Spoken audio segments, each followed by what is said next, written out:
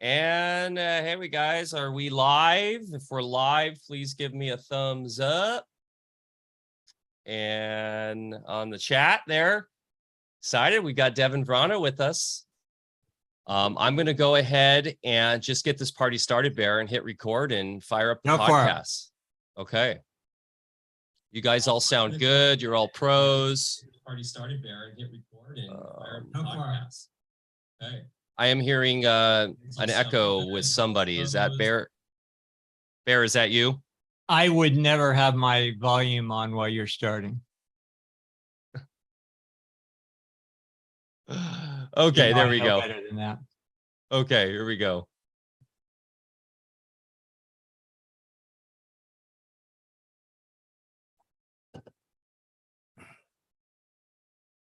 And boom, we're back for another episode of AlphaCast. I'm Mike Winter, and I'm here as always with the noble, strong, powerful Dr. Bear Paul Lando coming to you live. I'm going to get you on the camera there, Bear, so you can flex for the crowd. No one saw that. Please let me see the. There we go. There we go. Like the twin pythons. Oh man, it's always fun hanging out with Bear. We had a long sweaty day yesterday setting up for our law workshop this weekend.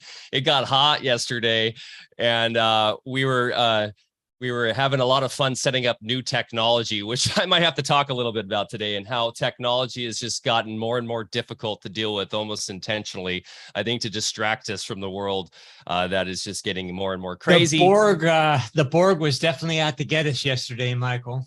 Oh my God. I had to take my shirt off, sweating, just like the AI was cackling in the corner. Yeah, it was quite a feat to just get a little projector working, a new projector from Korea. It was just like unbelievable with the new technology, how everything is just way more difficult. It requires at least 3 hours of YouTube tutorials, of watching YouTube specialists that have to tout their products and everything just to get 2 seconds of information, because the manual doesn't tell you anything anymore. So anyways, that's my rant. Just think of how us geriatrics feel. I'm starting to feel like a boomer myself. I hate to say it. So, oh man, that was intense yesterday. So, well, let's get right to it, Bear. Very excited with our guest today, dear friend of ours, Devin Vrana. I did want to just give a shout out for Music and Sky, of course. I did create people were asking if there were still any discounts left. I did create a $50 off discount. The coupon code is Alfa Vedic. So while the early bird discounts are done, throwing it out to our community. If you just go to musicandsky.com to get your ticket, you can use the coupon code Alfa Vedic to get $50 off. We just added Larkin Rose to the lineup. That's a very, very proud moment for me to get Larkin at Music and Sky. He's going to be one of the keynote speakers, Bear. I know you're a fan of Larkin's work, and that he's going to go Friday night at 9 on the main stage, and very excited. So guys, go check that out, musicandsky.com. And then, of course, as I teased, we're doing our law workshop this weekend. We will be recording that. That was part of our fun technological challenges yesterday, setting that up. But that will be available to our new private co-op, which will be coming out on alphavedic.com. I actually am going to put that out there. I decided as sort of a LearnDash LMS type platform we're going to integrate into the system. So it'll be great. As a member, you just get automatic access to this online workshop that will be being held by Marcia Ann, who is an expert in trust law and, well, cosmic law, divine law, whatever you want to call it. And of course, Ron Gibson, the land patent king, will be there tomorrow as well, walking us through that. And that will all be recorded and put into a concise online workshop, which will be available to all of our private members. So definitely look forward to getting that going. That will be how we launch this new system. So thanks for everyone for being patient with us as we get that dialed. We appreciate you. Okay. I think that's it. I'm going to go ahead and introduce our lovely guest, Devin Vrana. Quote, I am a rebel warrior who is unafraid to speak my truth or stand my ground. Dr. Devin Vrana wears many hats: mother of five, chiropractor, inspirational speaker, Emcee, event facilitator, rebel, and daydream believer. Ultimately, she's just a small town girl with a big heart on a big mission to live the gift of life fully and vibrantly alive.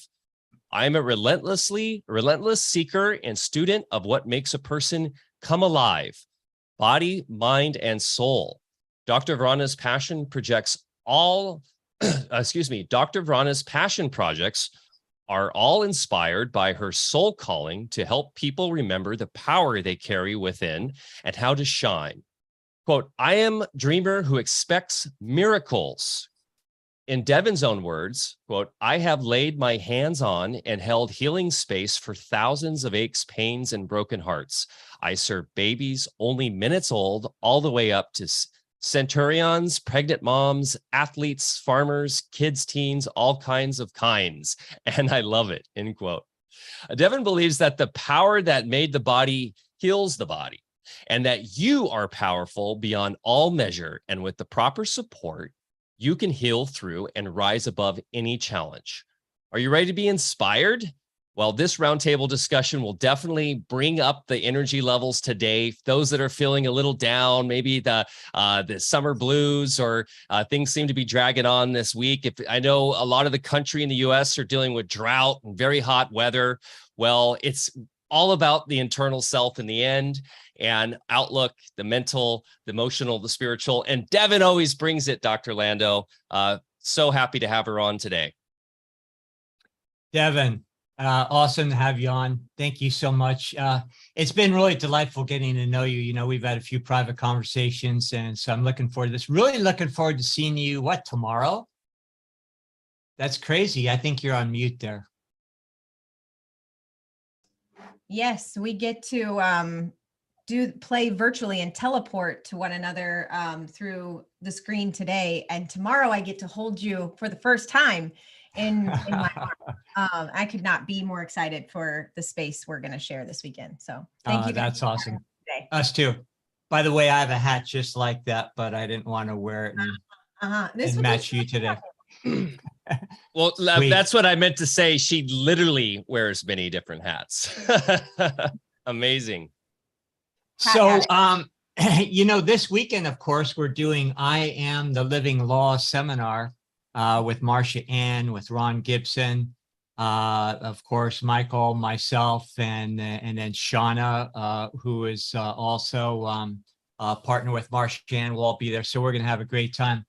You know, what's great about the workshop that we're going to be doing, it's we'll be doing brass tacks as far as trust and how to do business and stay in the private and, you know, guard all our goodies so the creature class can't steal everything from us. But it's really about the resonance. And, you know, the resonance, which is why we called it I Am the Living Law. I'm going to actually do a little introduction tomorrow with this, but, you know, I am is the English translation of which is universal intonation of the Godhead, the creator, however you want to think of it. But I am has a new dimension to it because it gives the intellect, you know, just some fuel as far as grounding it in. And, you know, we live in a time where we're bringing in spirit, but we're the warriors on the ground, as you're exemplary, you know, an example of that.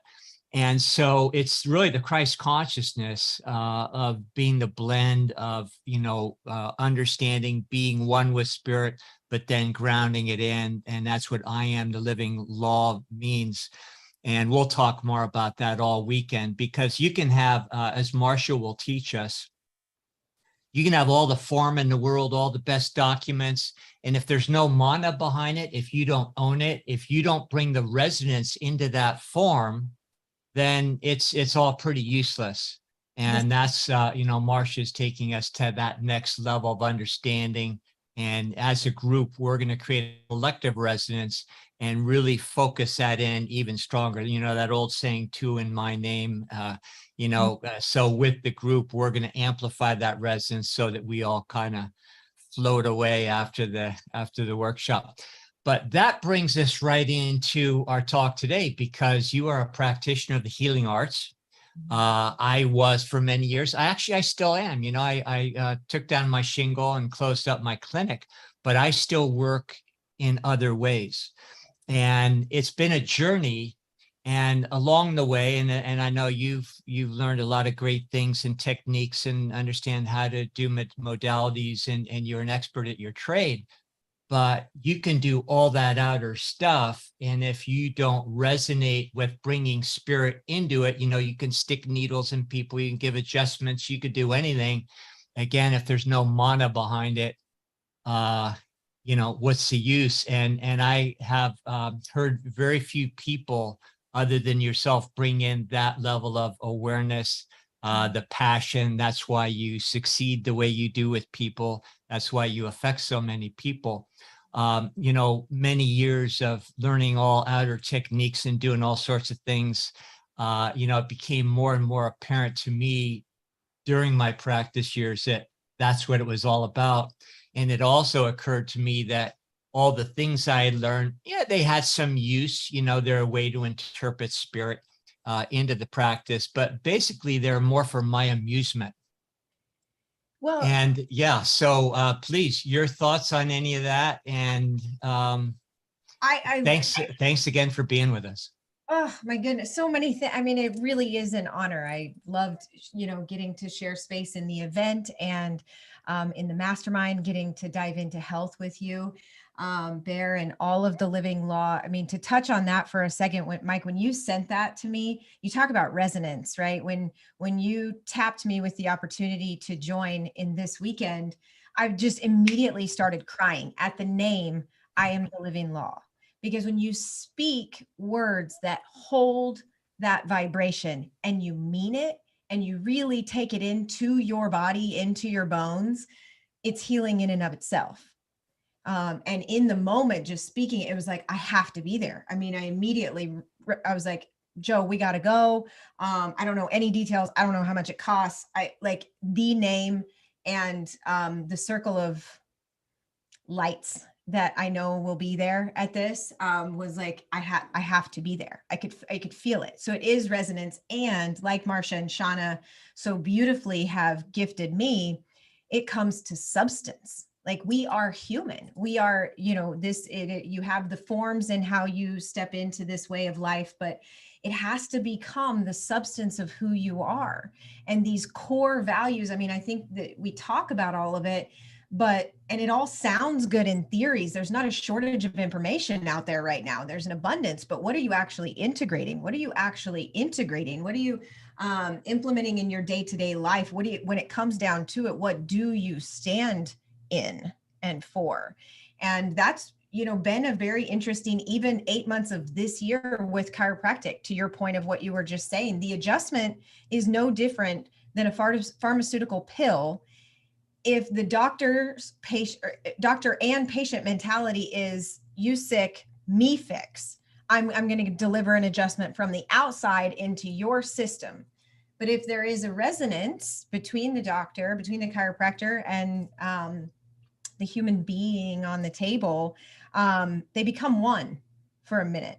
And that person comes and says, here's my pain, here's my subluxation, here's where I'm stuck. And I think we're almost like detectives of what is it that's here and what can I witness with you?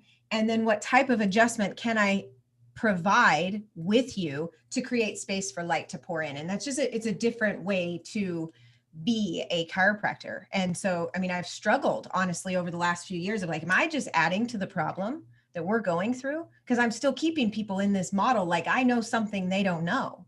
And that's not true. That is not the living law.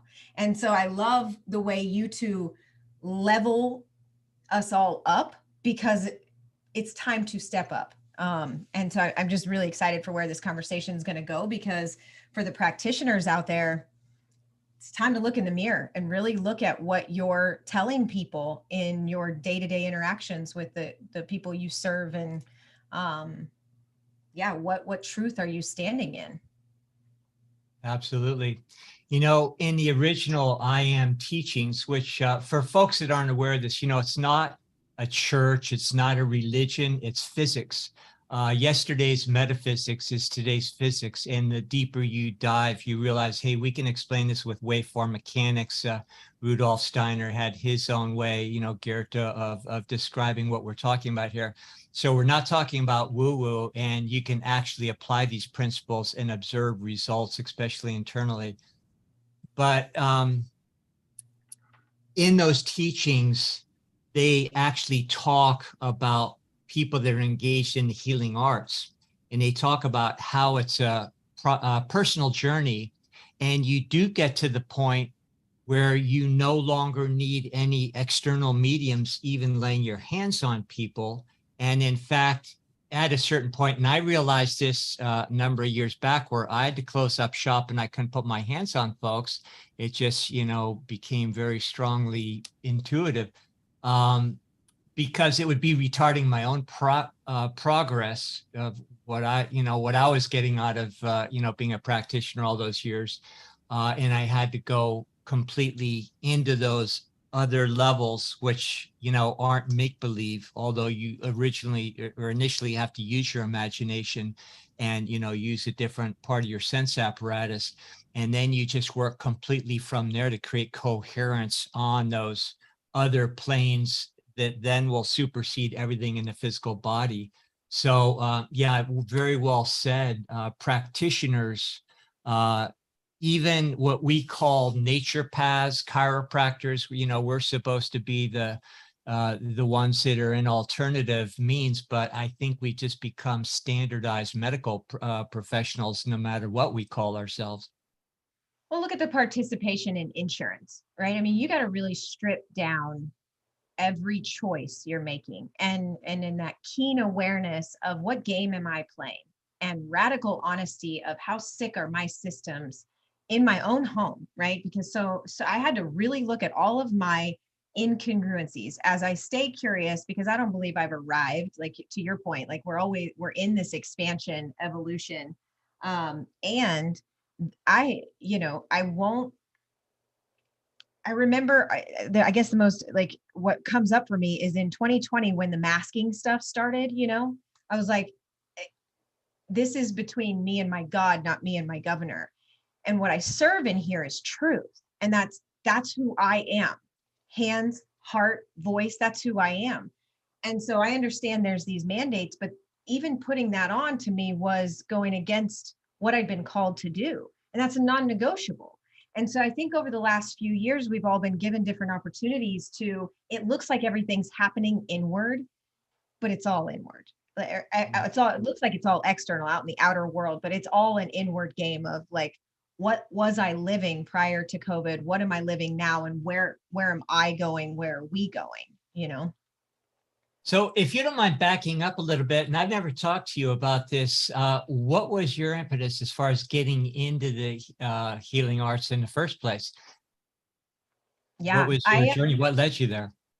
So I was pre-med, pre-dentistry, had life all figured out, just wanted to help people, wasn't really sure how. And then I got pregnant my junior year of college, and single mom. I mean, everything just kind of went into a tornado for a time where it was like, oh man, I was going to travel. I was going to go serve overseas. I had it all figured out. And then God laughed at me, and the best thing in the world happened. And Roman was born, and he had a really rough birth, and forceps, and he wasn't a sick kid, but he just wasn't ever well.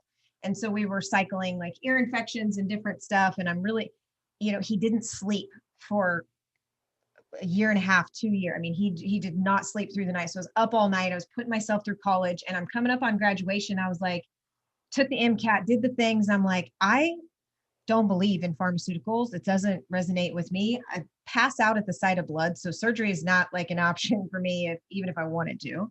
And shadowed a dentist, and I was like, none of this is it. And I was bartending my way through school, and I just happened to wait on this big party. And the guy that came and paid the tab, he was kind of this light of the party. And then he came up and he paid for everyone. And I like had to kind of choke on my own, you know, very, very poor tears of like, I want to be able to do that. And I said, what do you do? And he's, I'm a chiropractor. Where'd you go to school for that? Cleveland Chiropractic. So I go home that night, middle of the night, coming home, look it up. They have a discovery day the next week. I go, and I will just never forget calling my mom and be like, because they were talking about the power that made the body and expecting miracles and all these things. I was like, Mom, this is what I've been looking for. I'm going to be a chiropractor. And she's like, how much does it cost? I was like, I have no idea. She's like, well, how long's the schooling? I don't know. And she, Devin, I was like, no, but this is it. And so I always say chiropractic came from me, because I actually didn't get my first adjustment until I was about a month and a half into school. I committed, you know, to it just soul first. And I think that's what has honestly been the greatest gift, because I didn't have any preconceived notions of what it was or what it wasn't. And it's just, I mean, if I look at it, you know, in its practice, in its philosophy, in how it's led me to people like you, there's just this innate whisper that I have fallen madly in love with, that just keeps teaching me things along the way. So by total accident or divine blessing, I guess, is how I got here. Amazing. You know, if you study the pioneers of naturopathy, of chiropractic, you know, when I was in chiropractic college, I was a Gonstead practitioner. Now, I had already had a, you know, a little career in emergency medicine, and, you know, had the Chinese medicine background and naturopathy. And then chiropractic was kind of my last, you know, my last little formal training. And I wanted to be a really good adjuster. And I felt that Gonstead had the you know, the best technique, just really refined. And so that's what I did. And it was interesting because when I was in the Gonstead club, they knew about a lot of my other background, and they would think I was a little bit woo-woo because I was in Chinese medicine and applied kinesiology and all these sorts of things. But then the more I learned about Gonstead, just like D.D. Palmer and some of the other pioneers, they were not only very eclectic, not confining themselves just to a chiropractic adjustment, but they were all about exactly what we're talking about today. They were men of spirit, and they really understood it was about resonance. And of course, they brought in certain techniques that became synonymous with, you know, whatever healing art you're practicing.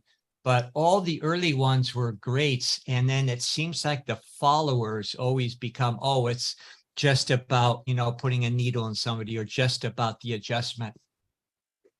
Yeah, it, you know, to D.D. Palmer, I mean, most people don't know the very first adjustment was, you know, he was a magnetic healer, D.D., and it was all about tone. And he happened to see a janitor that it looked like something was out of place, and he just forced the bone, and the man's hearing was restored. And so the roots of chiropractic were never about pain. I mean, whenever I meet anybody, anywhere, airports, restaurant, you name it, events, like, oh man, you think I could get, you know, it's like, we're completely programmed that chiropractic means pain. And that didn't come along till, you know, mid-1900s, where, you know, we wanted to fit into insurance. We wanted to be accepted by other healing arts. And you look at Reggie Gold and other chiropractors, they wanted to make chiropractic a religion instead of a healing art, because they knew that the religion couldn't be controlled, versus like, you know, we have to look at, we sign up for licenses. We are, you know, we have to abide by certain agreements. We pay $200,000 for our education. Like some of the because we entangled ourselves with the systems to be accepted, and really stripping down why we've done that, and insurance and the whole game. Right. But there are, I mean, you can't meet two chiropractors that have the same technique or even philosophy, because we, you know, everybody kind of has a different approach, and it is a fascinating profession. But I don't know if are you familiar with the Subtle Energy Body, the book that just kind of lays out all the different healing arts, chiropractic being one of them, traditional Chinese medicine, acupuncture, and it's an encyclopedia of energy pathways, prana. It has them all in there. And that book, when I found that about a year or two out of school, it was like, it's kind of like different languages, right? Like you have Mandarin and you have Spanish and you have English. And just like we use different languages to communicate, these practices use different energy languages to tap into those healing frequencies. And I think that kind of took me out of the box to stay only chiropractic, right? I have, acupuncture training and as well. And it's all the same, right? It's all energy, it's all resonance, it's all tone. And it's up to, our callings, which road we take and which language we want to speak to get there. Mm-hmm. Yeah, we're using the term healing arts quite a bit. And to a lot of people, I think that automatically means you aren't a scientist. Right. Can you speak a little on that? Science. What a word, huh? Like we could have a whole list of words that come 2020 and beyond don't even mean the same thing anymore.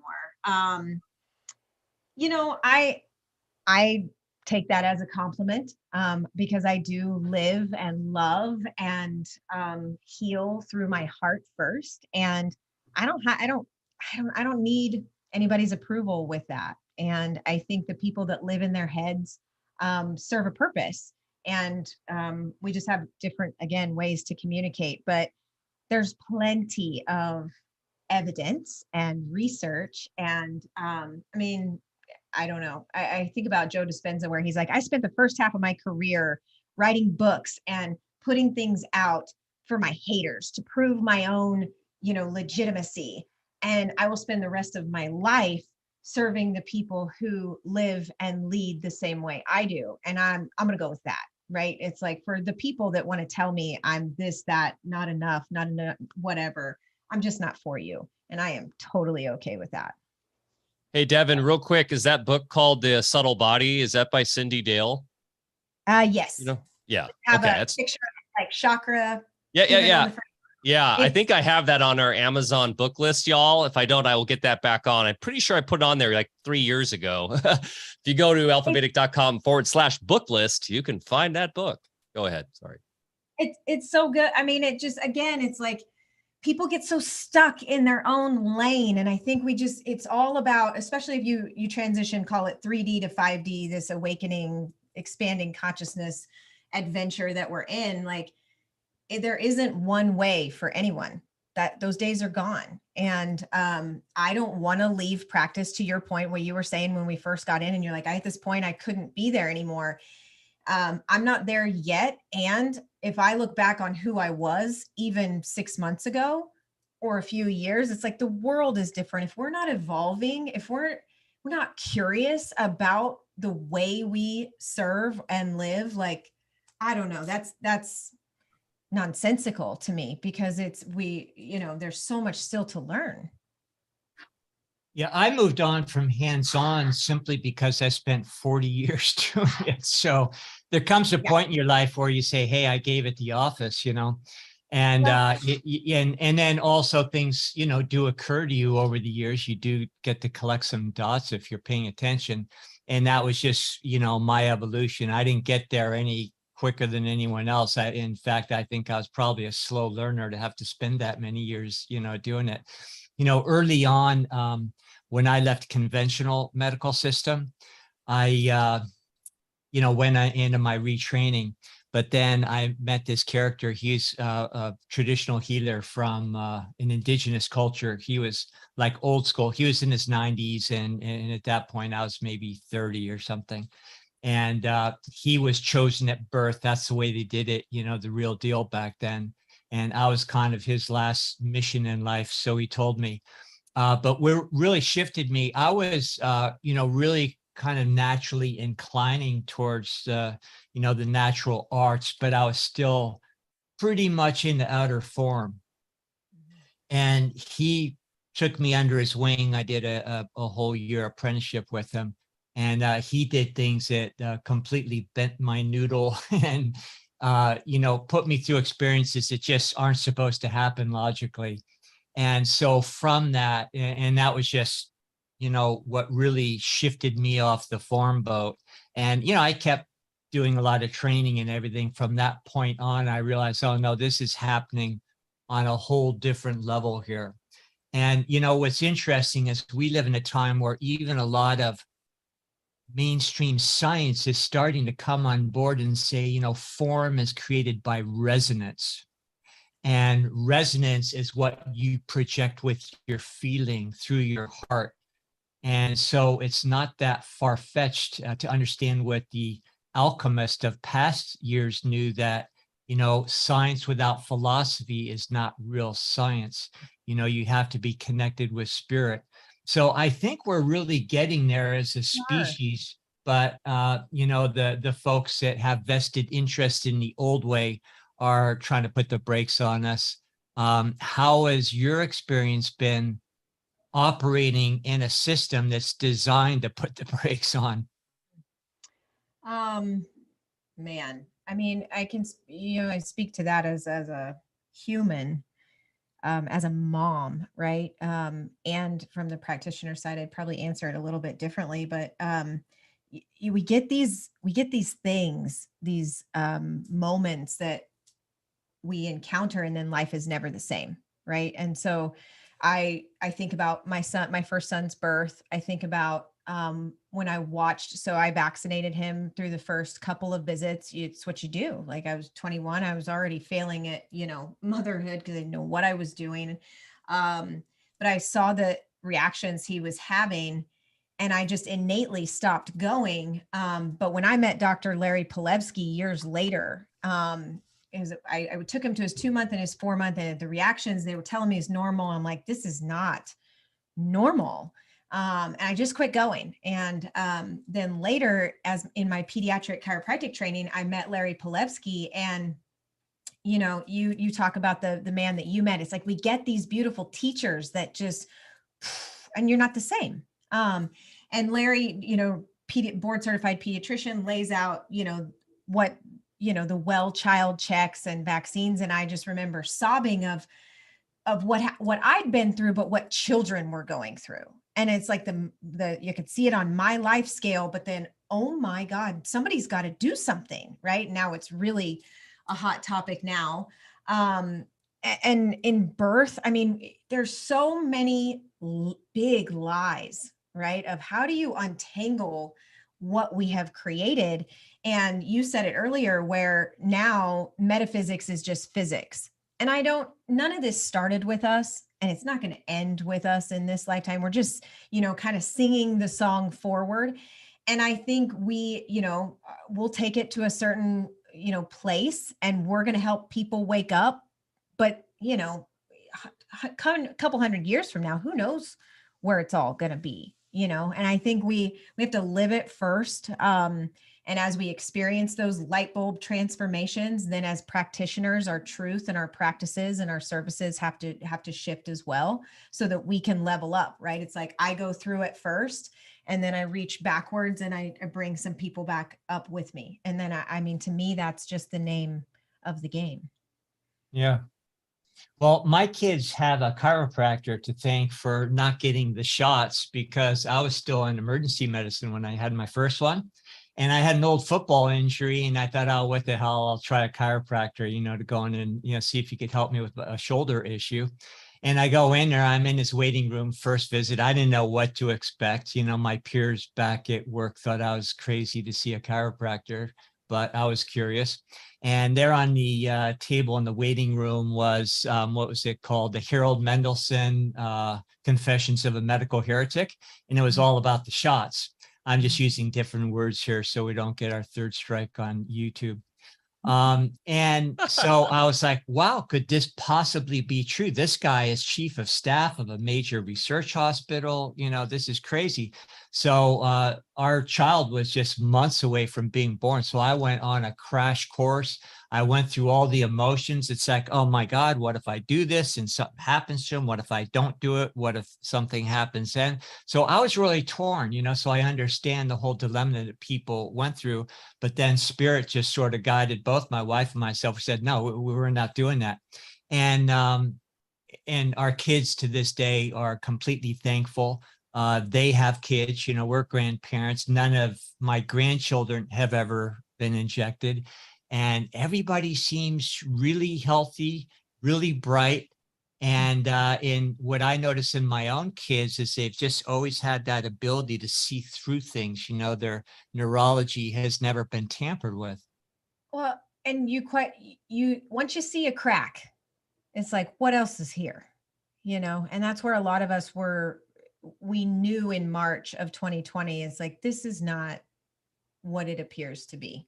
And we all have our own roads over the last few years, but I mean, it was like, okay. And now it didn't create, chaos. It just exposed the chaos and the lies that were already there, you know? And so, this has taken me even further of how entangled it all is. And I'm so grateful for it. You know, I think there's so much unlearning to do. You know, before we hit record to get started here today, I just briefly shared about, you know, the school system and the choices that we all have to make. I think it's like you kind of pass one lesson, like you get the resonance first to, you know, you get the idea. And then when you bring it into your substance, you bring it into your bones, you bring it into your home, because you first have to start with this awareness. Oh, maybe these shots aren't a good idea. Oh my gosh. Oh my gosh. Okay, now I'm going to live it. What's the next layer of the lesson, right? There's just this, and you go to the next one, and man, we are really seeing how deep the rabbit hole, so to speak, goes. That and the network effect is also, though, kind of counterbalancing a lot of the manufactured chaos, because thanks to Bear going to that Chiro, he in effect influenced me, because he was the one I went to when we were pregnant with our first kiddo.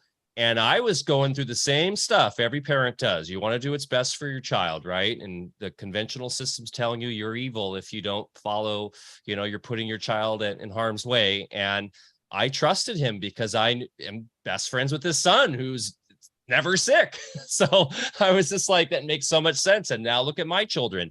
They are the biggest BS callers. You're so on point with that, Bear. Like, they just cut through my BS. I'm like, all the time, because they are so intuitively awake. And that, I guess, is the spirit that, worse than the Asperger's obviously all of those neurological disorders and everything that comes from it are horrendous.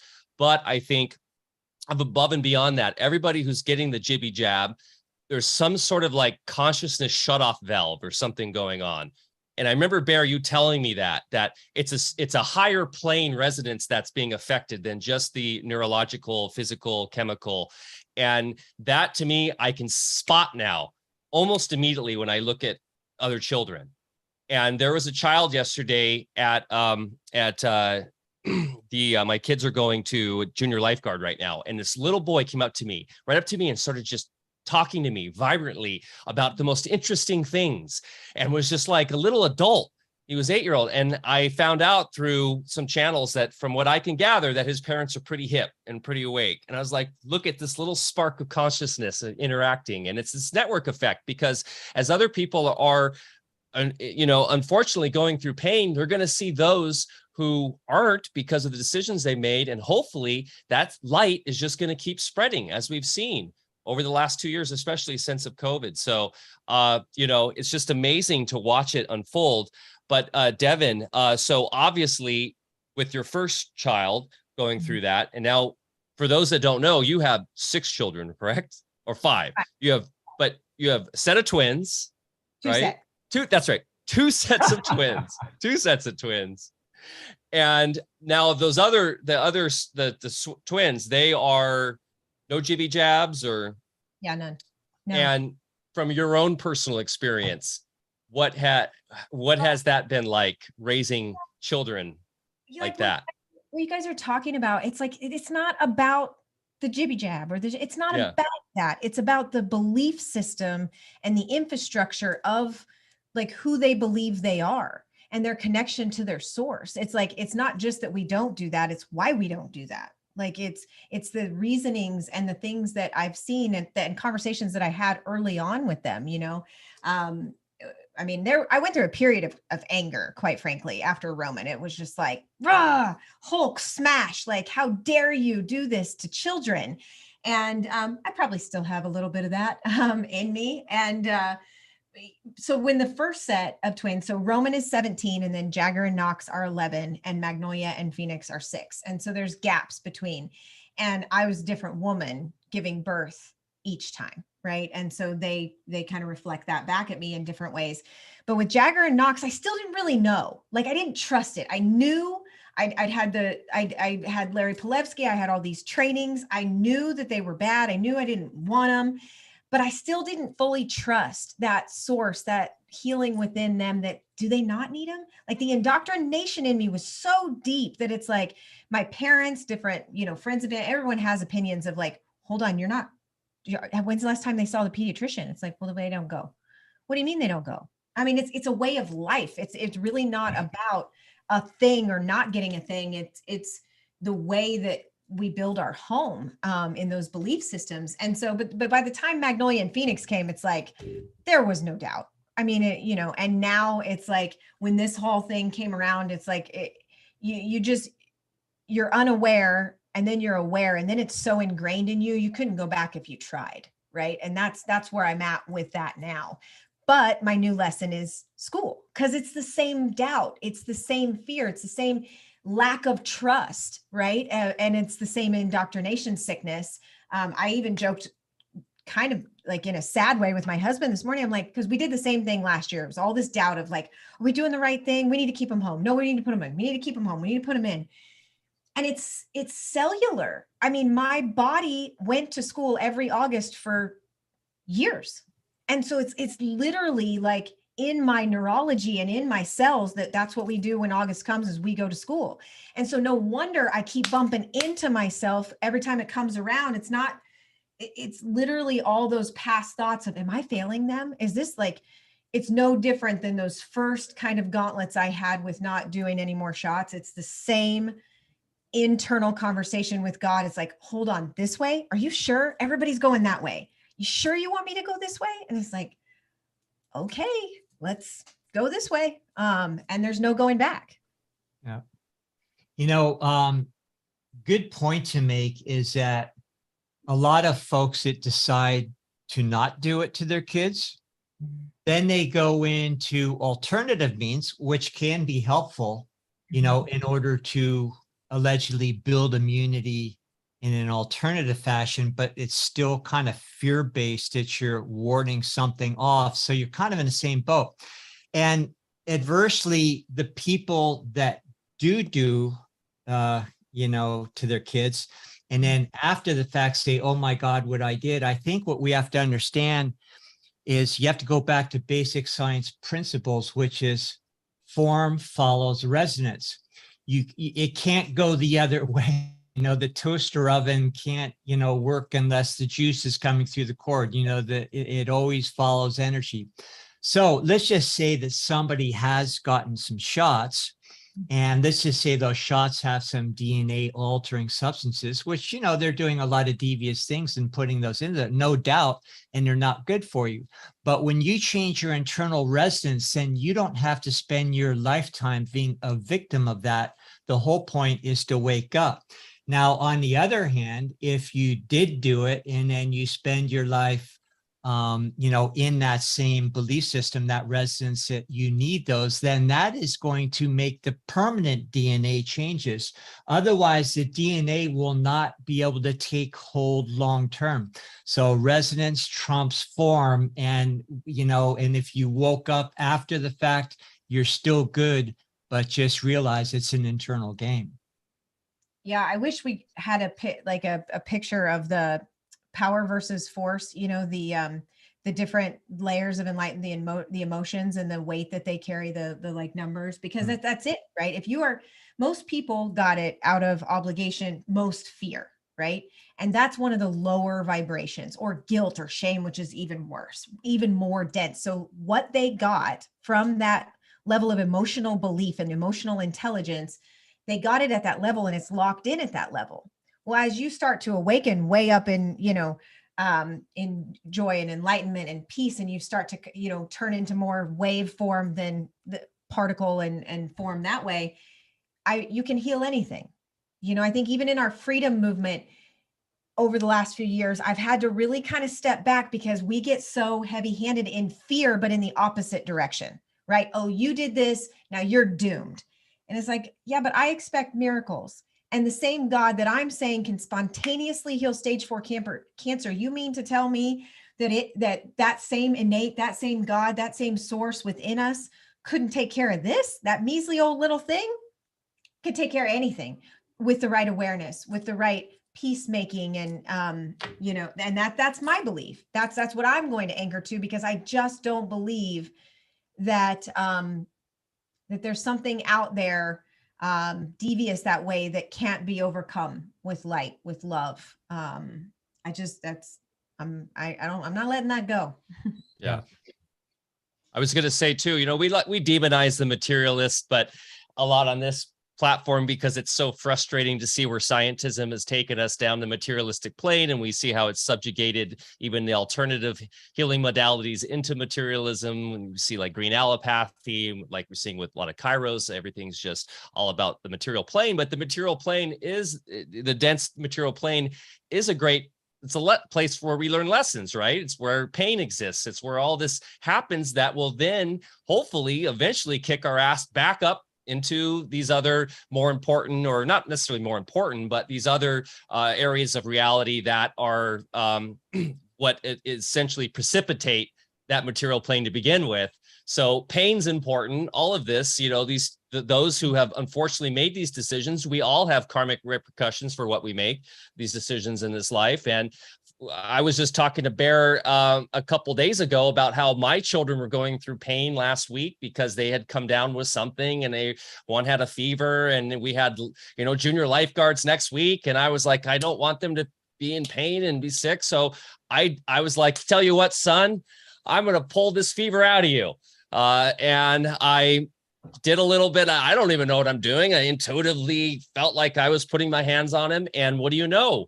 Next day, he was jumping around and good. And I was like, it worked. And then what happens? Now I'm sick. And same thing with my other son. And you can probably, those listening, hear it in my voice a little bit. I'm recovering from it. So I was like, wow, that was nuts. And I called Bear and I told him, hey, man, I have a fever now and I'm not doing well. And I thought I did what was right. And Bear, what did you tell me? Well, I just related some personal experience. I used to see a lot of people every day early on in my practice, and great people. But then I'd find that one person that would kind of get their hooks into me energetically. I'd always take that home. But I also, kind of bought in back then that I was doing some healing on other people. So I would take on that resonance myself, and then I'd go down the tubes in the process. So what I shared with Michael was, you don't want to do that. What you want to do is come from your I am resonance, which is your electronic body that resides over every single one of our heads. If it wasn't there, we'd be deader than a doornail, and our projected would cease to exist on the moment. And you go from that electronic body to the I am presence of the people that you're working with, trying to help. And you go from there to there. So you're not using your own juice, because we've only got so much stored juice, here on the ground. We've got to have it replenished moment by moment. So go above to that source, to their source. And if you're using pranic healing, using colors, or even putting your hands on somebody on the ground, you always have that connection above down to them, not from yourself to them, because you're going to deplete yourself real quick that way. And that is also the reason why doctors of all types have very short lifespans compared to regular people. Well, what a void it creates to feel like you are this well that people need to come drink from, so to speak. It's like, well, that only ends one way. Like, to your point, that's why a lot of the most powerful healing practitioners burn out, because you can't give what you don't have. And it's just leading people further away from what's true. In my opinion, it sounds like yours, which is, so to Mike, your point, I shared, I've had different family members go through really, really tough stuff. When my mom, stage 4 cancer, it was, and every single one of her bones, which I think I look back as this, divine karmic joke of sorts of like, it was in a place I couldn't get to it. So I literally couldn't put my hands on her, that the way that I knew how. So I had to search somewhere else, and it was just holding space, but I so badly wanted to take it away. Well, what does that mean? Where's it go? If I take it, then what am I doing with it? And one of my really, really good friends and mentors just said, that's not yours. These symptoms, this pain, chiropractor's subluxation, this stuck energy, it's intelligent. It's not bad. Why do we judge it? Like, we need to reverse engineer all of that pain, pay attention inside now, is just an opportunity to grow and to heal. So when our kids get any kind of anything, number one, they come and say, Mom, I need you. And what do they really need? My love, my acknowledgement that they're safe and they're okay. But they also need me to speak certainty into them of like, that's awesome, dude. You're getting an upgrade. Your weak cells are on the way out. Your tough cells are coming in. And I'll visualize that with them. I had a series of really crazy hallucinating fevers about 1.5 years ago. And I was sitting there and I'm like, man, if I didn't know what I know, I would be terrified of what's happening to me right now. And I called that good friend and mentor, and she said, I want you to close your eyes and just imagine like where that ache was at, because it was in my hips. And she was like, I want you to visualize, your bones are turning to a new matrix of, an indestructible, you're getting this upgrade of your machine. And so going to those visualizations and then teaching them to my children when they have that, if you're throwing up, awesome. Oh my God, aren't you glad that we have that? It's like bringing them into that, that voice within themselves of like, not what is happening to me, but what's happening for me here, Yeah. The other part of that is to assure that energy isn't just changing resonance, is when you're doing that, you also make the call to the presence that the cause effect record in memory is eradicated from the universe, so it touches no other part of life again. Mm. Whoa. Say that again, and whoever is listening, write this down, put it in your pocket. I hope I can say it again. Eliminate the cause effect record in memory so that this energy can never affect any other part of life again. Mm. Mm. That's beautiful.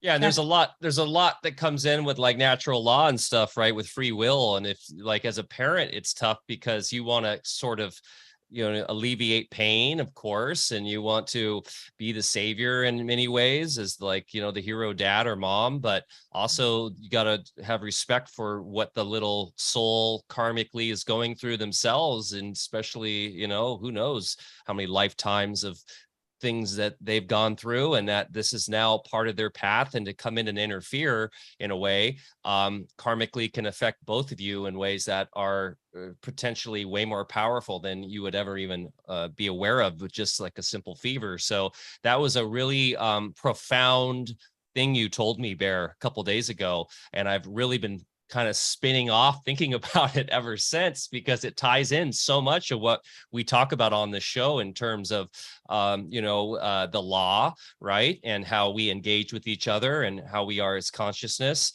And also it reminded me a little bit of what Kelly Brogan talks about in terms of victim consciousness and being a savior, and how really that's just my own inability to cope with it's probably some crap I got to deal with, and that maybe I'm enabling, and that's weak parenting. Instead, I need to be a little tougher, because my wife, who you'll be meeting to very soon here, Devin, she's a little bit more of the disciplinarian, and I'm a little bit more of the enabler. And that's some stuff I got to work on. So yeah, it's been a really amazing life lesson this week. And once again, the density of this realm, the physical realm, slapped me in the face, threw me a fever, gave me some pain. I had some trippy fever dreams this weekend. I'll tell you, I went to some dark, weird places and then came out to some beautiful places too. And yeah, so it's been a fascinating time going through this just this last week. It's been intense, but I value it so much. And I also see a chiropractor weekly, Dr. Dan, who's the man, and who Bear knows as well. And he's kind of a legend in this part of the woods here.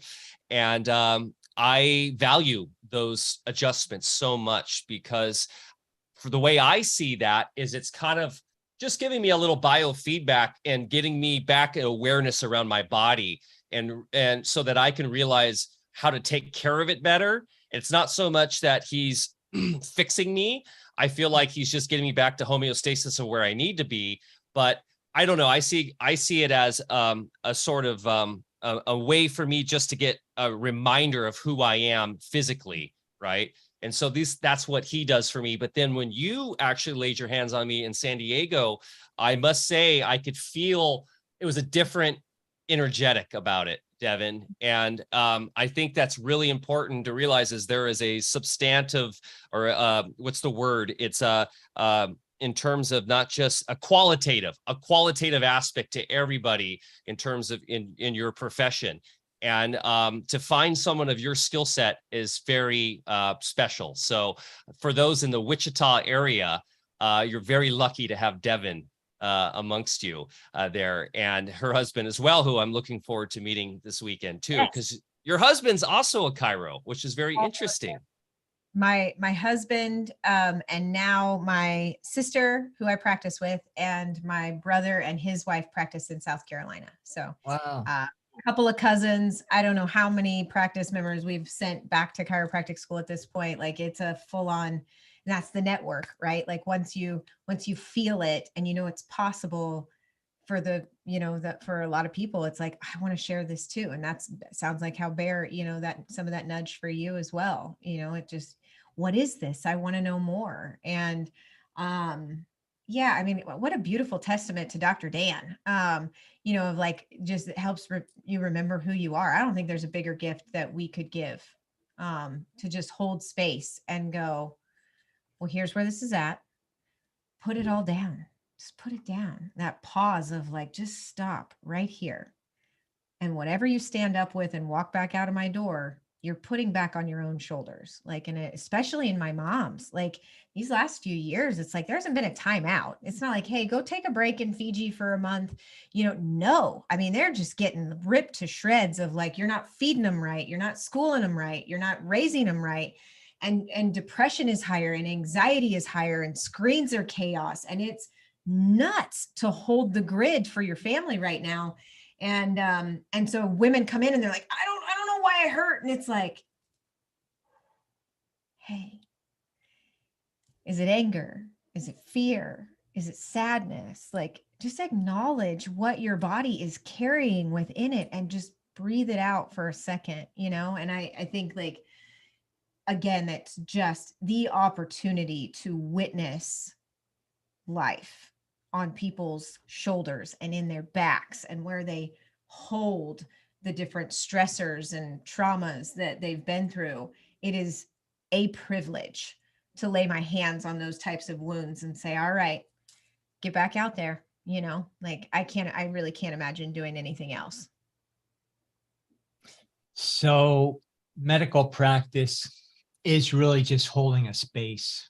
Mm-hmm. And the more you can resonate in that neutrality, then it widens the opportunity. I used to see mostly cancer people with MS, it's kind of a rough practice.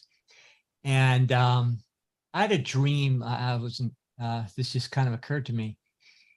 Early on in my years, I had this dream. It was very lucid. And I had this client who came in, was pretty rough shape. She was supposed to leave the planet pretty soon. And in a dream, I was with her, and the dream seemed like it went on for days because I was with her that long. And it was just simply holding a space. And I don't know what you'd call it, but just there was a lot going on in there, and equal for my benefit. And all all of a sudden, after days and days of being with her and just being in the space that I had to hold for myself and for her to not allow any other beliefs or resonance come in, she just sat up, woke up, looked me square in the eyes, looked totally different, and smiled at me. And in the weeks ahead, she got better. And I from that point on, when I was with her, just normal visits, I just saw those light bulbs come on. I saw the light come back into her eyes. And I don't know how much of that was due to whatever we experienced, on that other level together. But it was, today, I don't know, that was maybe 35 years ago or something. But to this day, it just feels like it was yesterday. It's a very powerful experience to me and a great learning for me as far as what's really going on. Well, and most people get stuck in those stories where their expectation is more sickness, is more symptoms, more death even, and so for you to see beyond that and see her with a different set of eyes. I've got a really beautiful close friend of mine that's in a journey with stage 4, and what she has been through is beyond words. And I've gotten to go on a lot of different healing adventures throughout this with her, and just to hold space beside her. But one of the lessons she was given with a shaman in a vision that she got was, when you sit across from a doctor of any kind, if when you look in their eyes, they're not looking at you with hope, say thank you and walk out. And I think that if I could leave people with anything, it's like, I don't care what you have going on. If it's a label of any kind, a mother of a child with autism, if they tell you this is your life, thank you. Choose. This is choice. This is the next era that we're stepping into. This is radical responsibility for the choices that we're making, and the tribal council that we give the privilege to being a part of our health and healing. And so if those people are seeing you as a sick person, sorry, I got to change I knew my camera was going to try and do this, but I'm here. But I want to invite everybody to walk out. Don't let anybody see you with those eyes. Yeah, any doctor or anybody who projects a label or some kind of prognosis at you is just classic voodoo. There's no other way to call it. It's absolute black magic, regardless of the intentions of that individual, because they're laying a whopper on you and really setting you up for bad things. Yeah, you hear the classic story. You got 2 to 3 months to live. You're like, how the heck could you make that call? Like, I don't care how much analytics and macro, technological, sort of statistics and all this stuff. That's insanity. That is actually a microcosm right there of the insanity of the world as we speak right now, as we see. You got 2 to 3 months.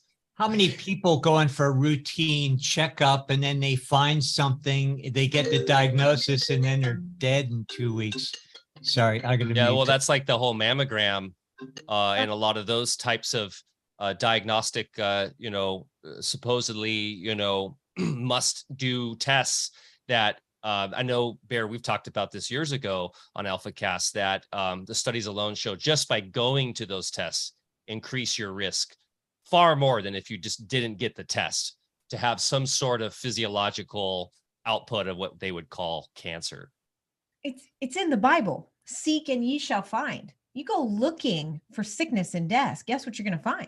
Like, I mean, I don't, it's like herniated discs and some of the things we traditionally see in chiropractic, or, cancer, to the conversation that we're having right here. But it's maddening. And I would probably ruffle a whole lot of feathers to the point of calling it malpractice to look another human in the eyes and give them a death sentence. If your code of ethics, your soul contract that you speak into existence is first do no harm, and you have the audacity to live and serve other humans and look them in the eyes and tell them what their expiration date is,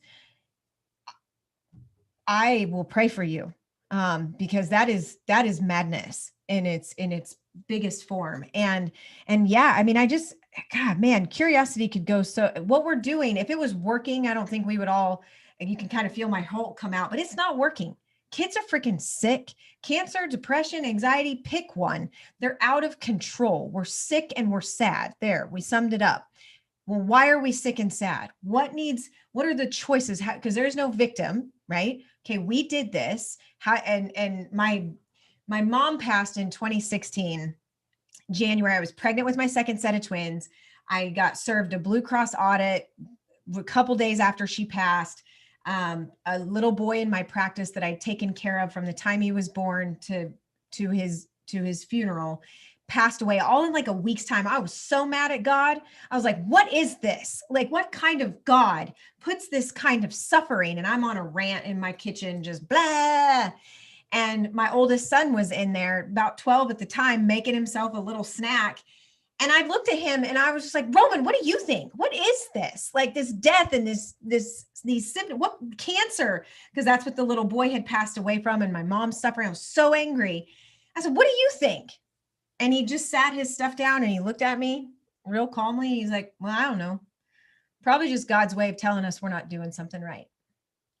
And he picked up his stuff and he walked out. And I looked at my husband and it shakes me just like it did that day. Cause it was like, well, yeah, like pain and suffering, it's knowledge, and knowledge is power, right? Diagnosis, I'm all for. Great. This is where we're at. This is what's going on. What choices got us here? Let's get our life off the train tracks that led to this point. Let's make different choices, set different expectations, and create a new reality. Like, anyway, there's my rant. You got me a little tear in my eye with that one. That story is incredible. That amazing what a little pure soulful little child like that, just pure wisdom coming out of that soul right there. Isn't that so true? And of course, this is compassionate realism or whatever they want to call it. These MDs that are saying, you got to get your effects in order and your life in order because you got 3 months. They feel like they, of course, will rationalize this and say, well, we are just being openly honest because we want to, allow for these last months to be the best that they can have. My wife is literally getting her master's right now in palliative care. She's a hospice nurse, and she would be probably the first to support what we're saying here, that there is no place for that. People don't care. Once they get that, you think they're going to be focusing on getting their effects in order? You think that's going to be their focus? No, I mean, it may be a small minority. They're going to spin out. They're going to spin out, and especially if they're young, if they're older, then maybe that's a little easier to do. So anyways, it's a big change is happening though. I'm definitely seeing a lot of MDs, and I think you would agree too, Devin, that are kind of leaving the system, right? Or at least trying to fix the system from the inside. What are you seeing right now? Because you're pretty active in this sort of, health freedom movement and all this. Bear and I are a little bit more kind of in the woods, literally, but you're out there. You do this amazing event called The Big Idea, which we could touch on because it's very powerful. The story behind that alone is powerful. And you bring in these, you have a lot of MDs that are speaking truth. Are you seeing more MDs kind of coming over and coming to the, I hate to say the other side, but at least seeing how the establishment is failing? Well, yeah. And to touch, I didn't know that about your wife and her area of study, but after being bedside with multiple of my best friends and watching them take their last breath, I don't know, that's a pretty high honor there to be in hospice care. And to go back to what I said, there is an end of the road that we're all going to meet. And sometimes, like to my mom, like there was what the doctors told her in that exchange that I'm clearly very heated about, but I saw her, and in one day I just knew she was ready to go home. And there is a way to honor that. It's like the whole basis of healthcare cannot revolve around avoiding death, right? Like it's quality of life. And so I just, man, like that could be a whole different rabbit hole in and of itself. But And that is exactly what she always stresses about anybody who's into life, is the quality of life is more important than anything. And that's what we're vibrantly alive and why we're on our way out. It's making the most of time of each breath, right? And to go forward, when you were talking about MDs and different doctors, man, like, yes. And in both ways, not just MDs coming over. I get this vision of the Vesicis Pisces, the sacred geometry. We're all coming back to center. I don't think I'm right. I think I have 100 things that are still ingrained in me that are away from truth, not closer to. I think we're all finding our way back to center. And that's where I think these doctors, because they're miserable. My gosh, like the system is designed for them to fail. They leverage so much debt into their schooling and then their practice and then their malpractice. They are so married to the lie. Can you imagine healing that? Like talking to Dr. Jess Petros, who's been to the Big Idea now a couple times. I love her. And she's she's moved into German New Medicine, and she's living a whole different existence now.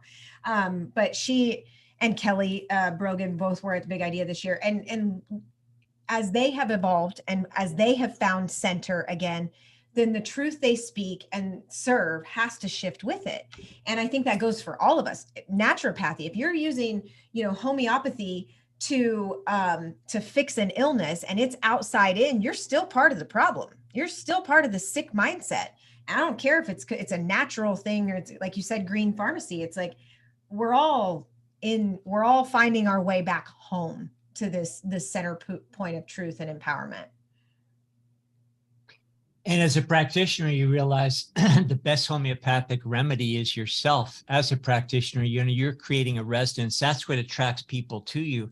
Even if your resonance is not, let's just say, in a real state of awareness, well, those people sometimes need that experience that will lead them to a greater level of awareness. And, regardless of what a practitioner does, what kind of modality. And this was a realization I had a long time ago. People would always ask me, well, what do you think's better, or this or that? And it's like, well, there's no such thing as better. It's what do you need?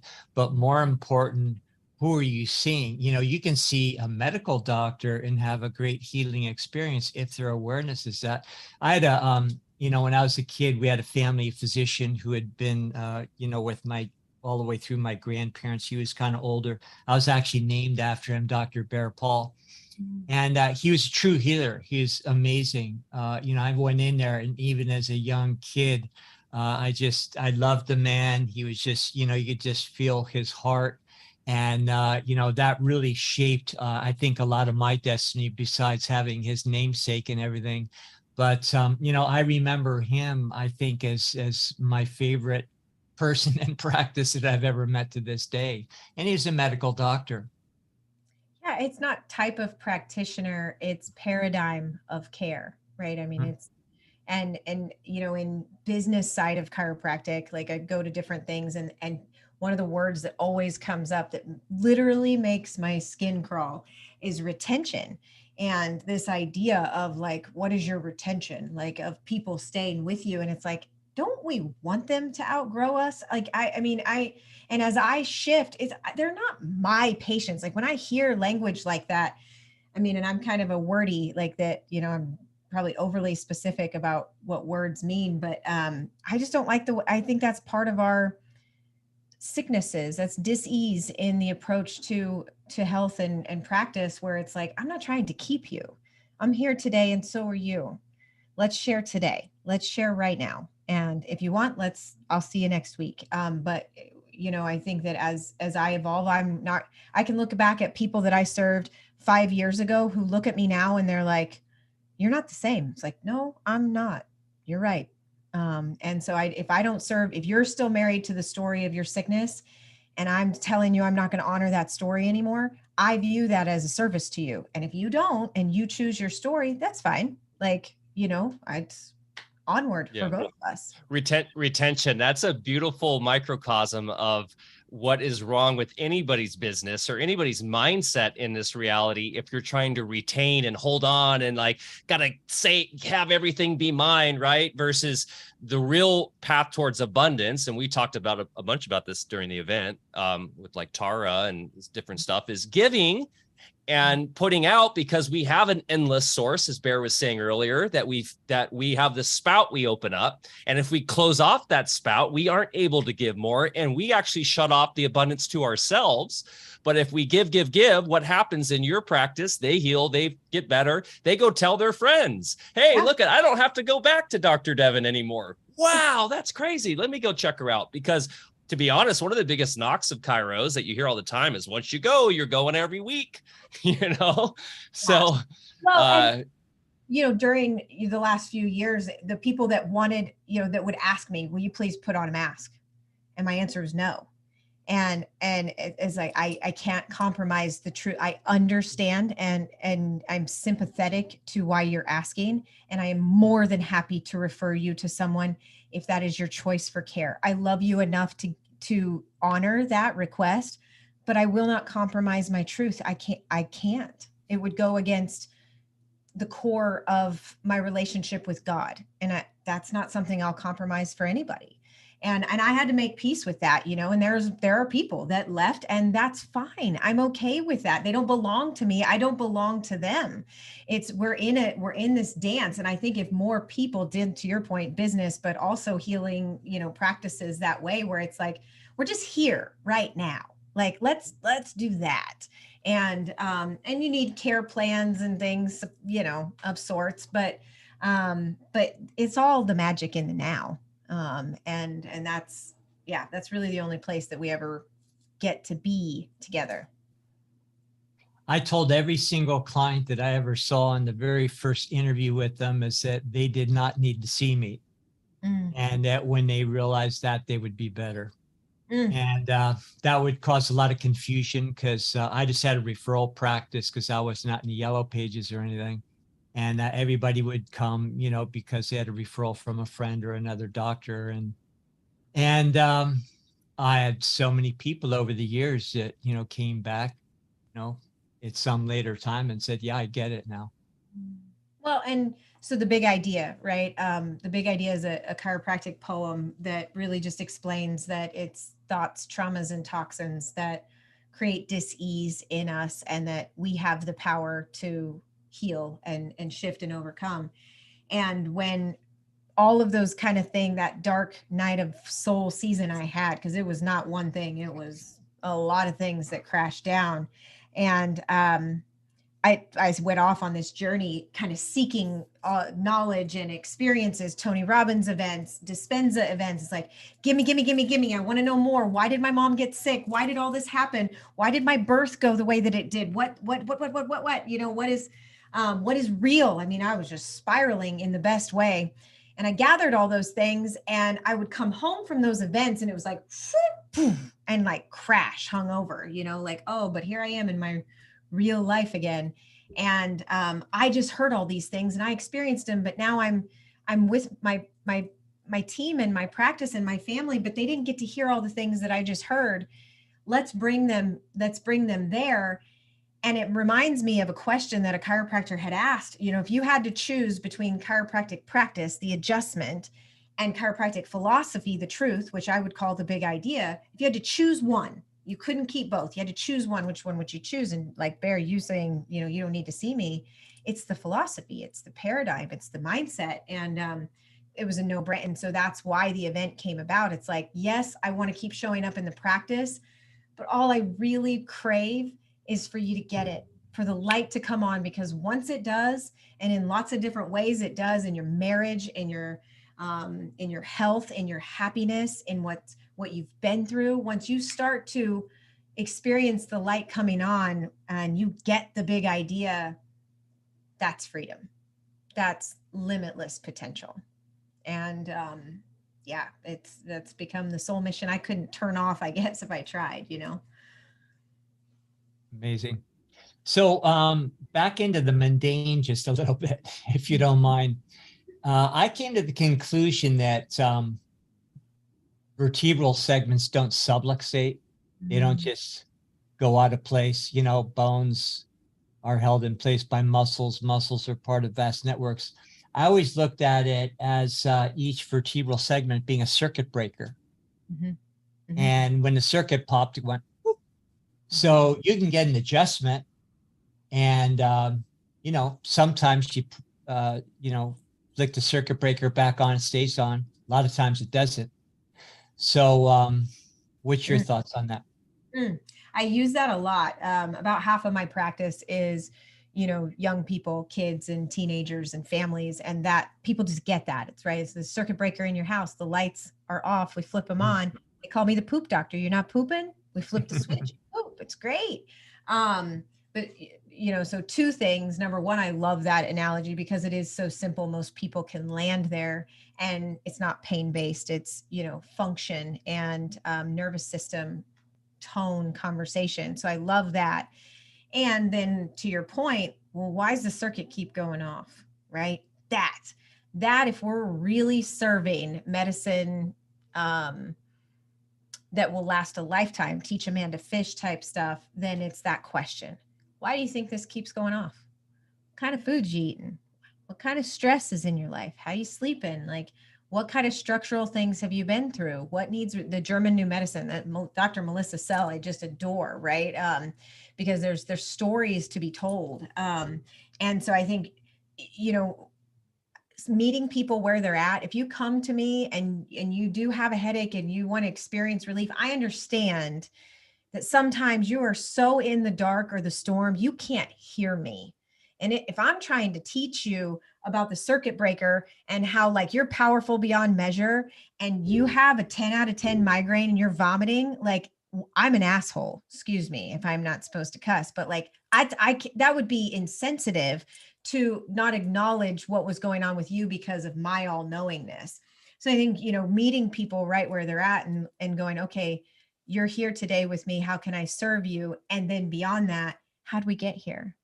And what are we going to do to, you know, create a different path forward? Like, I think it's not either or, right? It's meet them why they're coming to you and open up those questions and those curiosities so that they start to get it. So do you hand them a journal on their way out? It's like, time to start journaling. I talk about vision board. I'm gonna go home, like, you know, and it's a running kind of joke. Like people come walking out just sobbing in tears, like, oh, you got Dr. Devin, huh? Like, and it's because it's like that.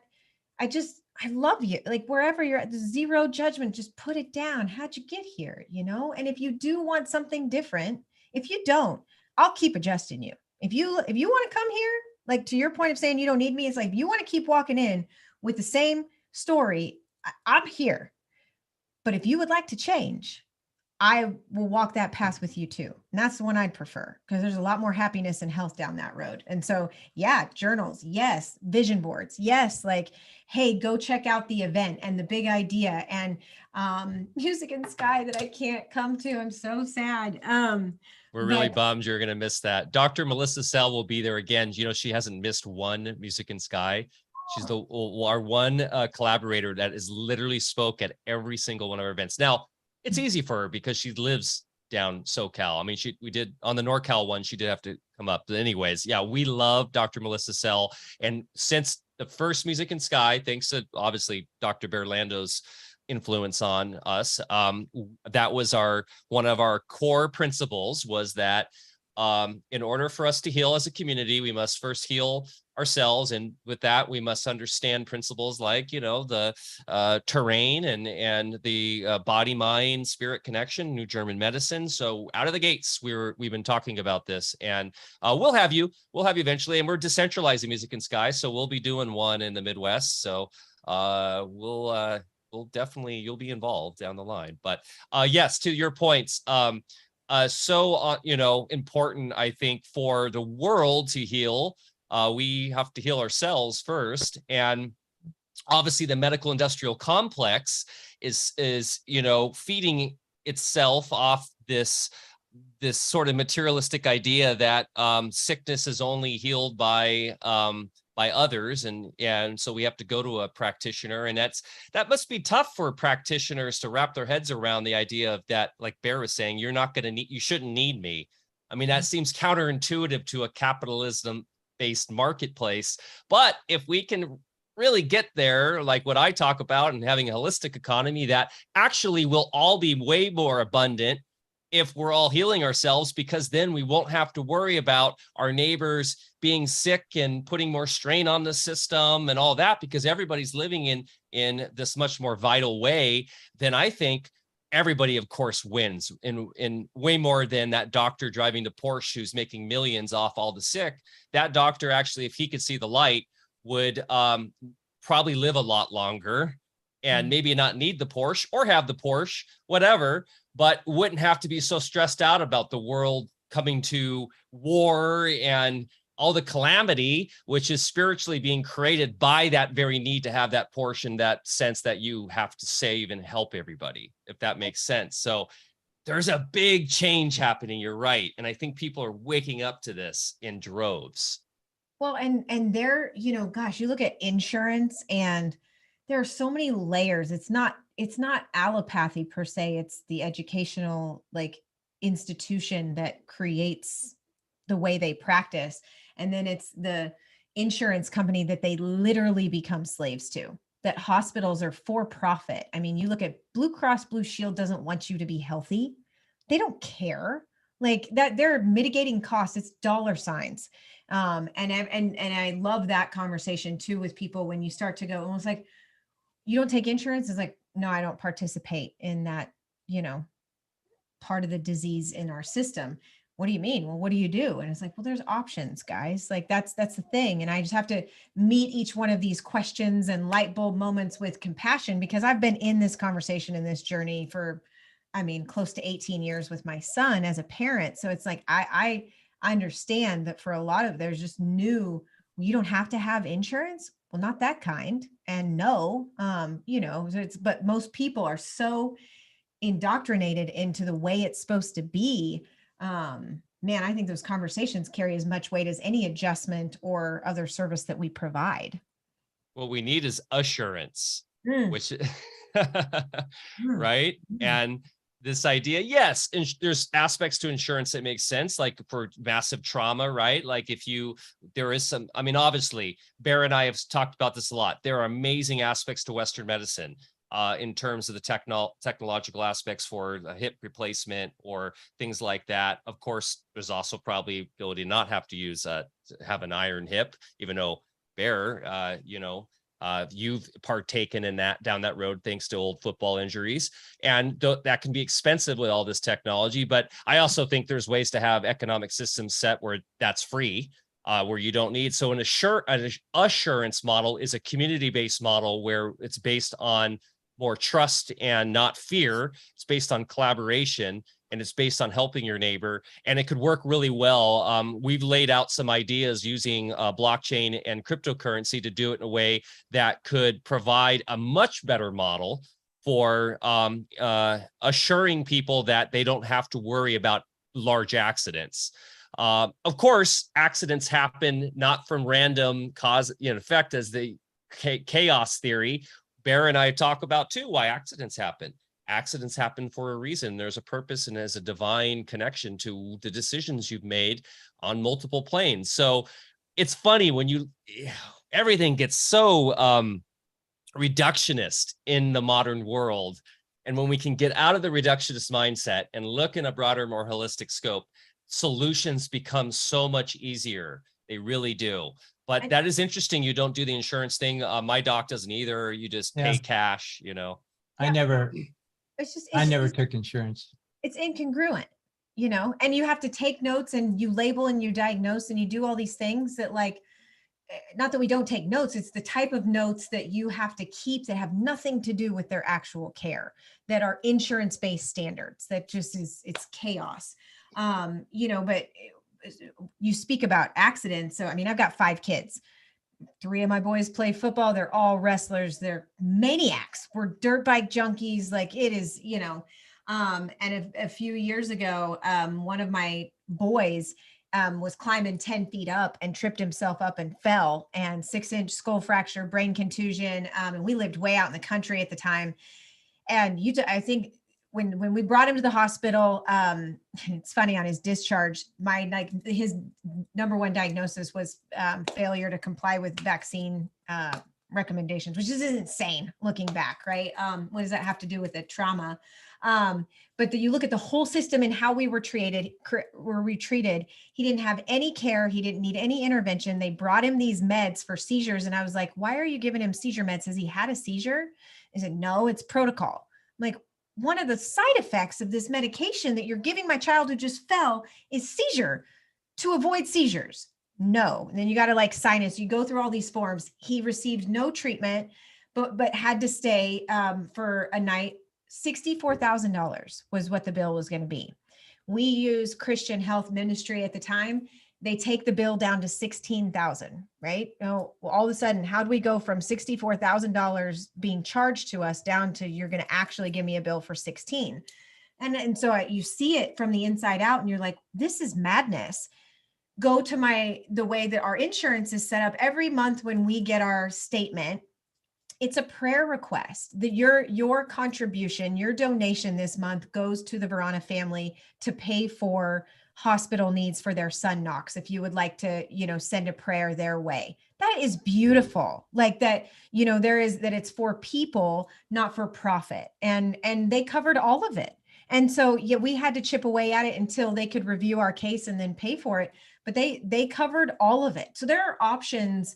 And the way you do one thing is the way you do all things. My kids get so sick of me saying that, but it's like, if we talk in the freedom world about all these things, but we can be out of alignment in our actual implementation within our homes. And I think insurance it's a big discussion that we need to continue to have in engaging. Yeah.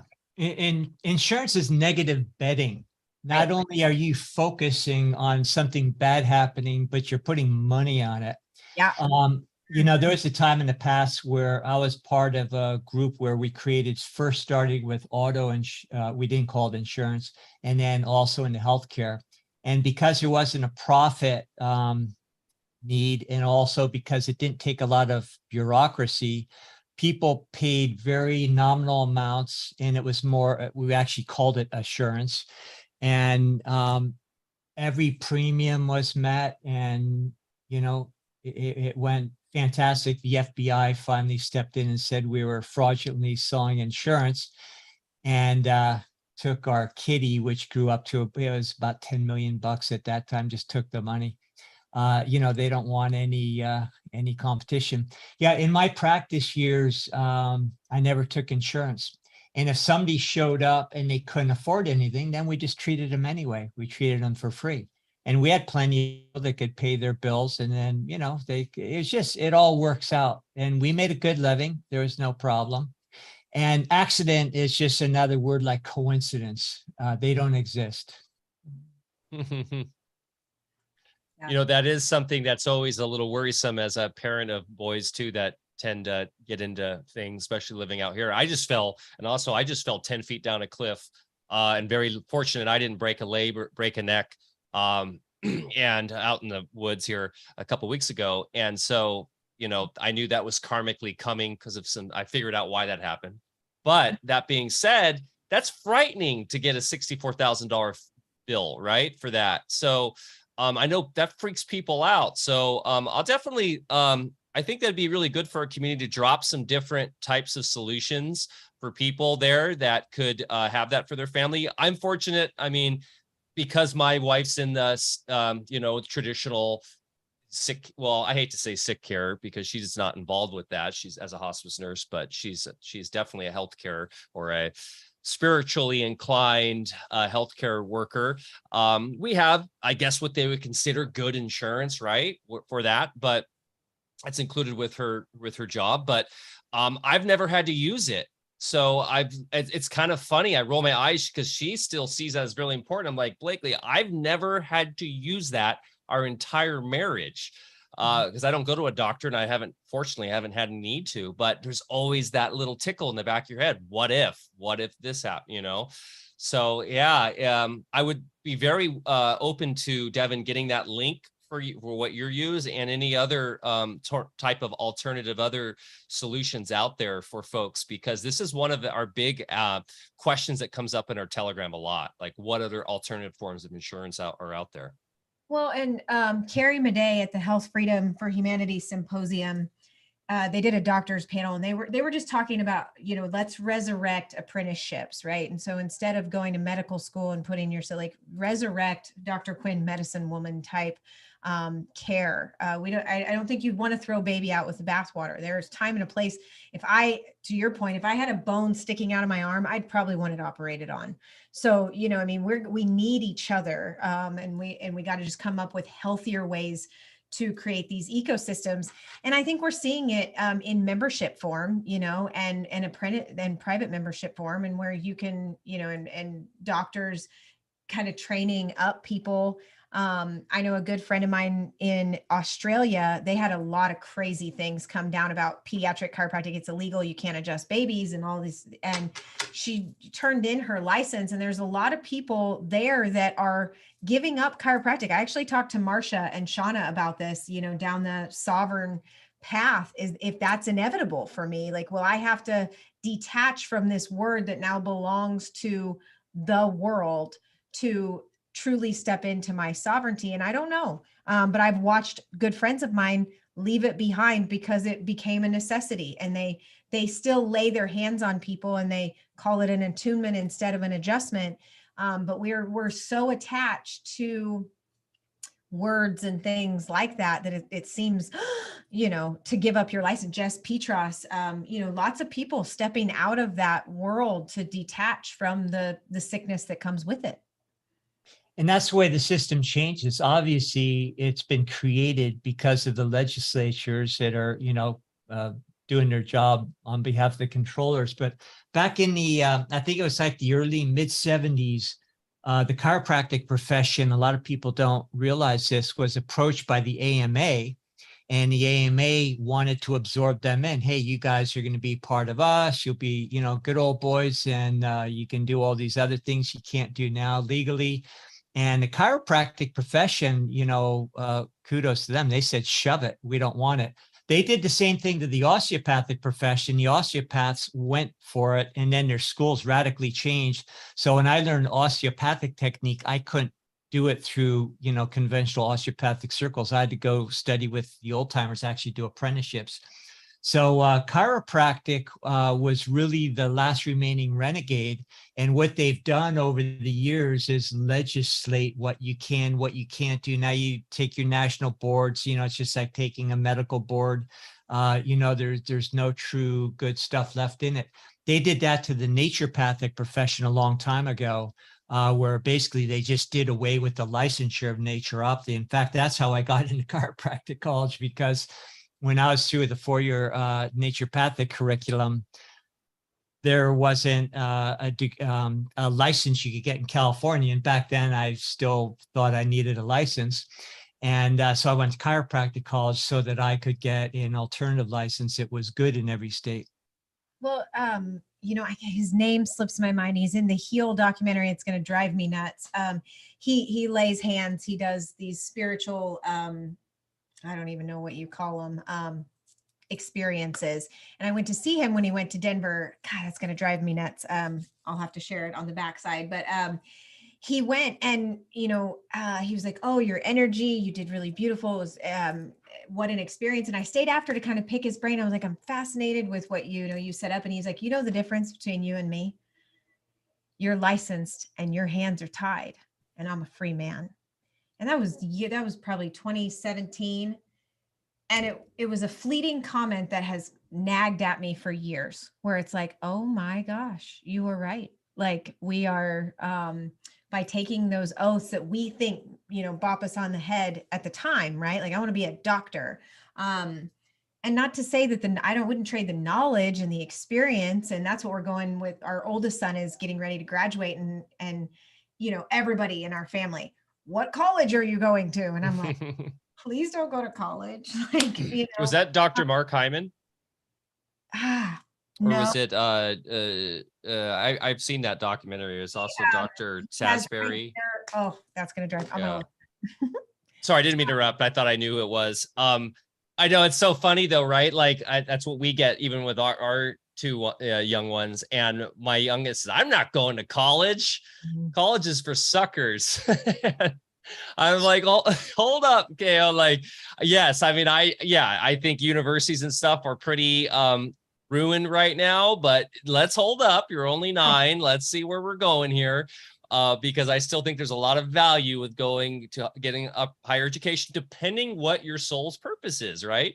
And the trades are amazing. If you got to be crushing it in the next 10 years or 20 years, get in the trades. Like if you want to make some serious dough, that's where the way right now I see just sound economic advice. But go ahead, Bear. Even if you do go to school, why do we need a license? When you've already demonstrated by way of your degree, your clinical experience, your internship, whatever you had to go through. In the mid 80s, a lot of people right now are talking about private membership associations and everything, but in the mid 80s, where we started our first very large clinic, it occurred to me that I don't need any stinking license. So I gave up all my licenses because I had several, and we created a clinic on private property. And from that point on, we were never in a commercial zone again, so we didn't have to have a license to play in their jurisdiction. And people that came to us were coming because they were private consenting adults, and we just had an agreement. And I practiced all those years and stopped renewing my license a long, long time ago. And I think more and more doctors and professionals of all types are starting to realize that, we don't have to pay yearly dues. A lot of the requirement, for instance, just for chiropractic, you have to have so many continuing ed, hours every year. I would go so far beyond the amount of hours that was required to renew my license, but most of them were not accepted for continuing education because they actually taught you how to be a good doctor, learn good things that could be some value to your patients. But if I went to a practice building seminar, hey, that's good.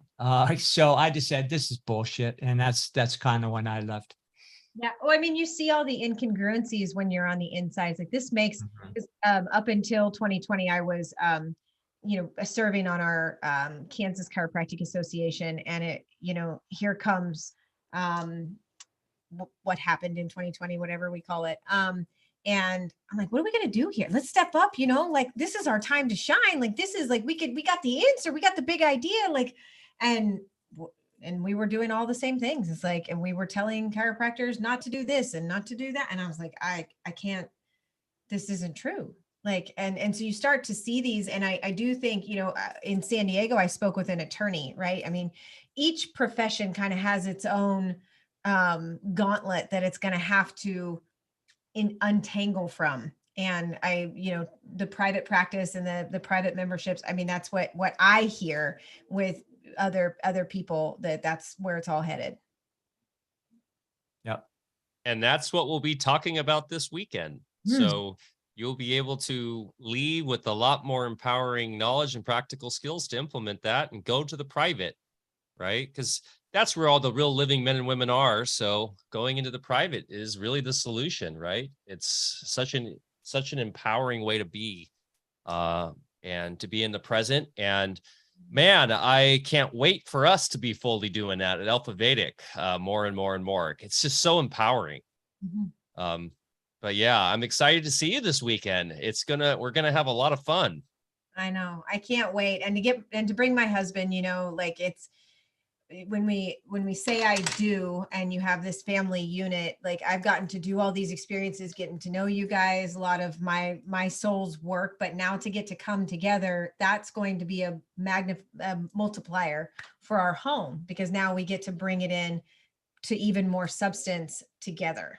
And I could not, I mean, a note to couples and the journey of this type of thing. I mean, when you're getting on the same page and operating from that place and parenting from that place and doing finances and business from those spaces and places, it is sacred work that we're all doing in this time. Like, what a generation we are to say, you know what, we'll be the ones to just dismantle and work, and the future that we'll be able to give our kids, because we are brave enough and humble enough to strip it down and build it back up.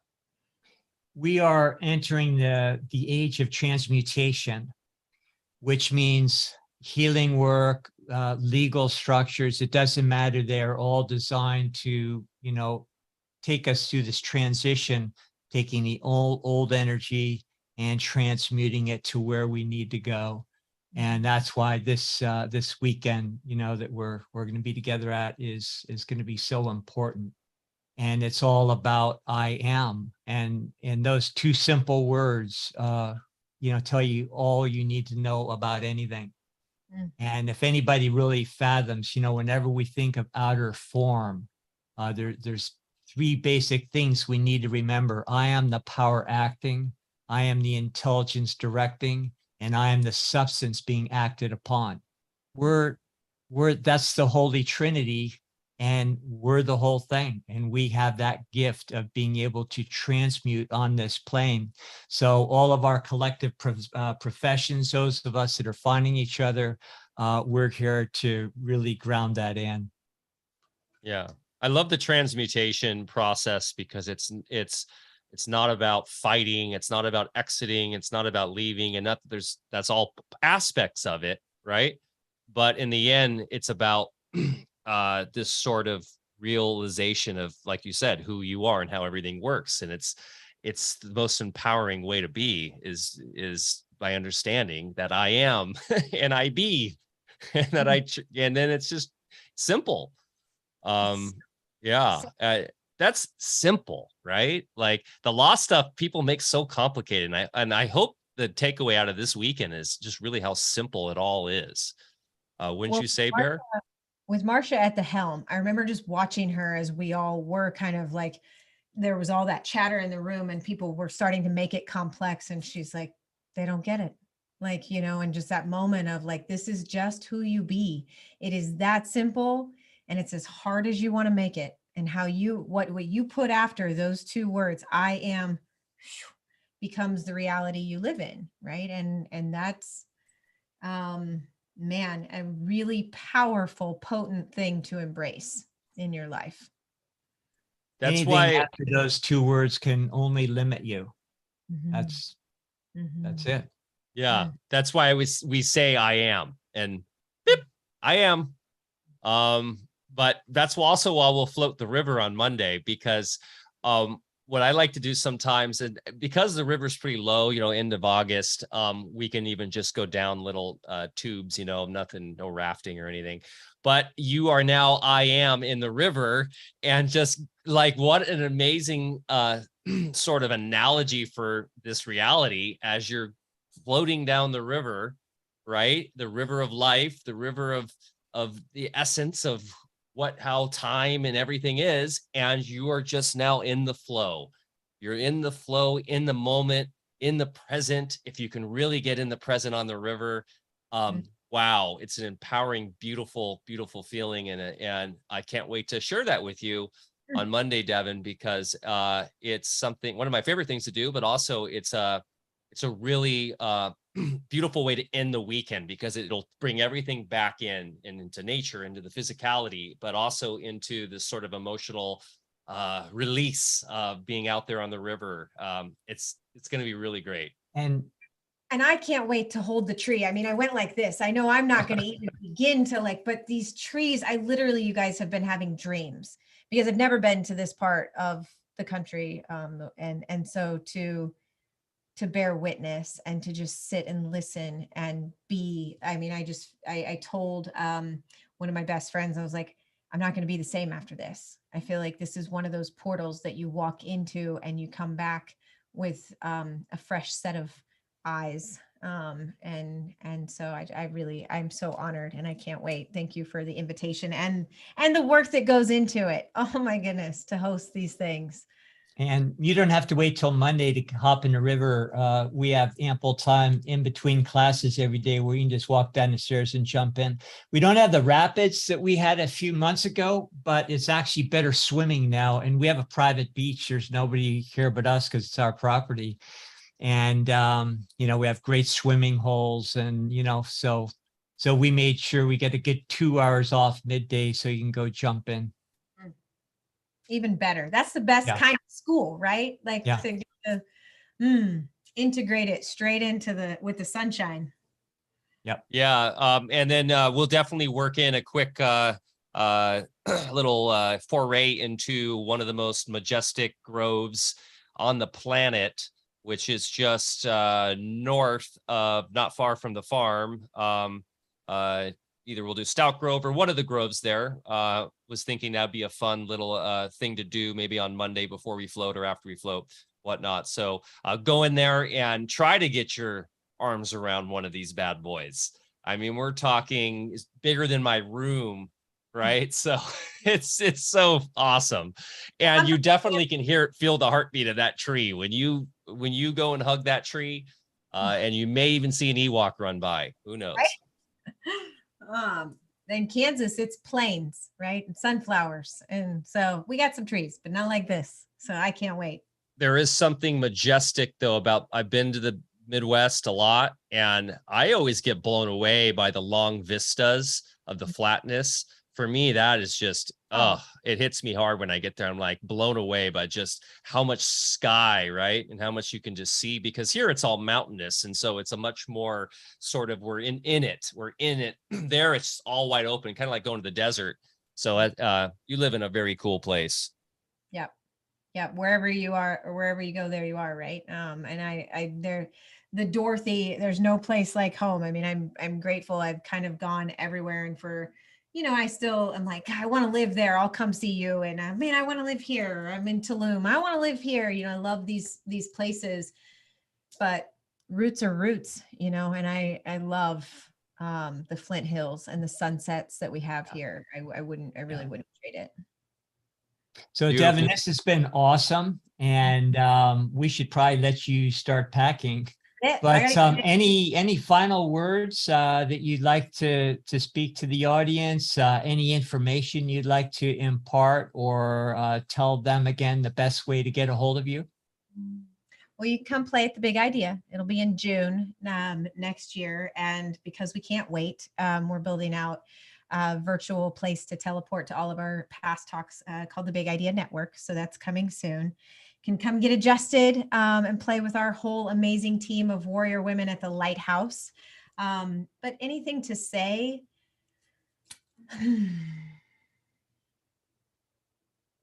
Breathe and put your hand on your heart every chance that you get, and just feel that thing, that magic, that miracle inside of you, and remember who you are, and give yourself grace, and be a rebel and give others around you even more grace. Because I have to believe that we're all doing the best that we can. And the only way out is through. And we are really just kind of doulaing each other all through this thing. And love, and only love, will truly set us free. So thank you for your time. Beautiful.